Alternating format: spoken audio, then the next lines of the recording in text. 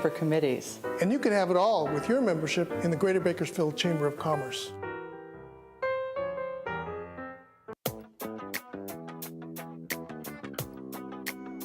This is Strictly Business, presented by the Greater Bakersfield Chamber of Commerce. Sponsored in part by the law offices of Young Wooldridge, San Joaquin Community Hospital. Welcome back to Strictly Business. I'm Nathan Ollie, Manager of Government Affairs at the Greater Bakersfield Chamber of Commerce. And joining me now, here to remind us about proper meal and rest breaks, we have Dr. Juanita Webb from PAS Associates. Good morning. Good morning, Nathan. Thanks for letting me be here today. Thank you for coming. So, what are some of the basic requirements for meal periods under California law? Well, Nathan, that's a good question. All employers are required to comply with the Industrial Welfare Commission wage order that applies to their business. So they need to, number one, refer to that. But generally, the meal periods in most of the wage orders require that employees be given a 30-minute duty-free meal period for every 5 hours that they work. Okay. So if they work a 5-hour shift, if they work less than 6 hours, they do not have to take a meal break, but a typical 8-hour employee should have a minimum of a 30-minute duty-free meal period once they've had at least 5 hours of work. Okay, and that's how an employer would satisfy their obligation, is just to provide a 30-minute break after 5 hours of work. Correct. Okay. And actually, they need to start that by the beginning of the 5th hour of work. If it's an 8-hour employee, they need to start the 30-minute duty-free meal period no later than the start of the 5th hour of work. Okay. Okay. So now what are the timing requirements if there's maybe a second meal period that's provided during the workday? Okay. So someone who would work a minimum of 10 hours would need to have 2 meal periods. Mm-hmm. There are, again, some exceptions. If their shift is going to conclude before 12 hours, they can waive the second meal period as long as they've taken the first meal period. Okay. But again, for each 5 hours, it would have to be a minimum of 30 minutes duty-free. Okay. So let's say that an employer is not allowing me as an employee to take this meal period. I'm having to take a working lunch or something like that. What actions can I take? What remedies are available to me? Mm-hmm. Well, number one, I would say talk with your employer. You know, that's always the best remedy for an employee with a concern. Talk to your employer, go to HR. If you have an employee hotline, make sure you address it through those avenues first. Take every option that you can. If not, going to the local labor commissioner is an option. You can file claims through there. They can talk with you about what options might be available to you as far as filing some kind of a wage and order claim. Okay. And what are the penalties for missing a labor or a rest period, a meal period? Okay, for a meal period, if an employer does not provide a meal period, now that doesn't mean they didn't make it available. If the employer didn't make it available, if the employer made it available but the employee chose not to use it, then there's no penalty. But if the employer said, hey, it's really busy today, I can't let you take your meal break, then the employer has what's called a 1-hour meal period penalty, 1 hour of pay at the employee's regular rate of pay that would be due the employee for not allowing them to take their meal period that day. Okay. So if the meal break is offered and I'm just gung-ho, I'm in the middle of something and I don't want to stop, and I work through my lunch of my own volition, Right. there's no penalty. Correct. Okay. Correct. Now, let me clarify a couple of things. All of these meal period penalties and meal period regulations that we're talking about basically apply to non-exempt employees. Someone who is an exempt employee, maybe in a management capacity, they should take a meal break, and Right. the law says that they should take a meal period after every 5 hours of work, but there are no meal period penalties for exempt employees if they do not take their meal breaks. I see. Okay. Now, is it okay to work through my lunch so I can leave early? On an occasional situation, maybe you have a certain situation, maybe today you need to pick up your child early at daycare. Okay. And so today I need to leave early. I have a special situation. I need to leave this one time. So is it okay for me to skip my lunch?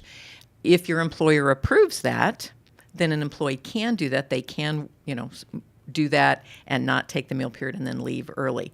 Not on a regular basis should that be scheduled, because then you're avoiding what the law requires of the minimum of 30 minutes duty-free for every 5 hours of work. So don't make a habit out of it. Don't make a habit of it. There was a recent decision called the Brinker decision that was decided back in 2012 that gave employers and employees a little bit more flexibility in scheduling lunch hours. And so that specific situation that you just mentioned would be a perfect example.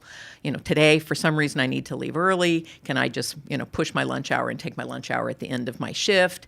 On a rare occasion, that would be acceptable. Okay. So can my employer require me to stay in the building during my meal break? On the premises, yes, because there might be situations where it's important that you do that.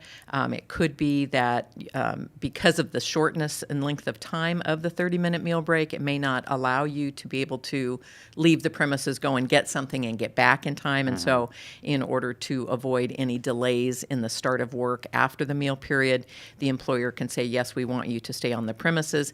If the employer does require that employees stay on the premises, they do have to provide some type of a suitable location for the meal break that would be appropriate for them to have their meal break, a break room, something like that. And then, of course, if you stay on the premises and you've got to answer a phone call, then you're not on your meal break anymore. Correct. Okay. Correct. So if you end up working during that time, then you are not on your duty-free meal period. And that's the important phrase that most employers forget, is that it has to be duty-free.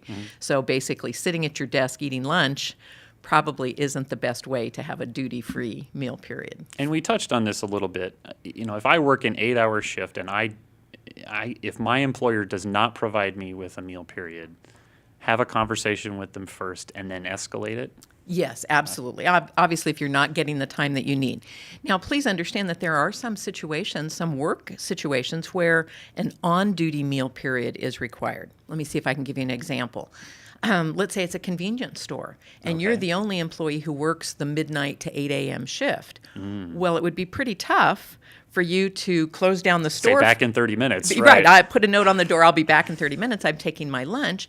You need to be there during that time. And so you can have what's called an on-duty meal period. So that's something that you and the employer have to agree to.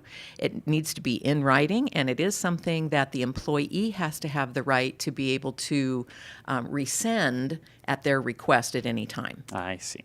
So let's say I do have to escalate and I have to file a claim. What's the statute of limitations? I can't go back and say, 10 years ago you didn't give me a lunch, you owe me money. What's the statute of limitations on that? Well, generally for any wage and hour claims, the statute is basically 3 years. There are some situations where it could possibly extend to 4, but generally it's a 3-year for wage and hour claims. Okay.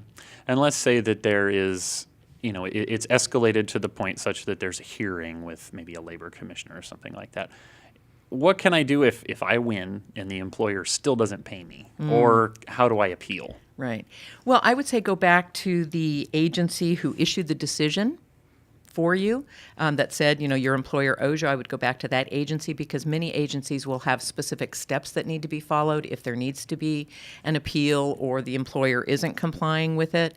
And so the agency would probably dictate what needs to be done in that situation. So I would go back to the awarding agency.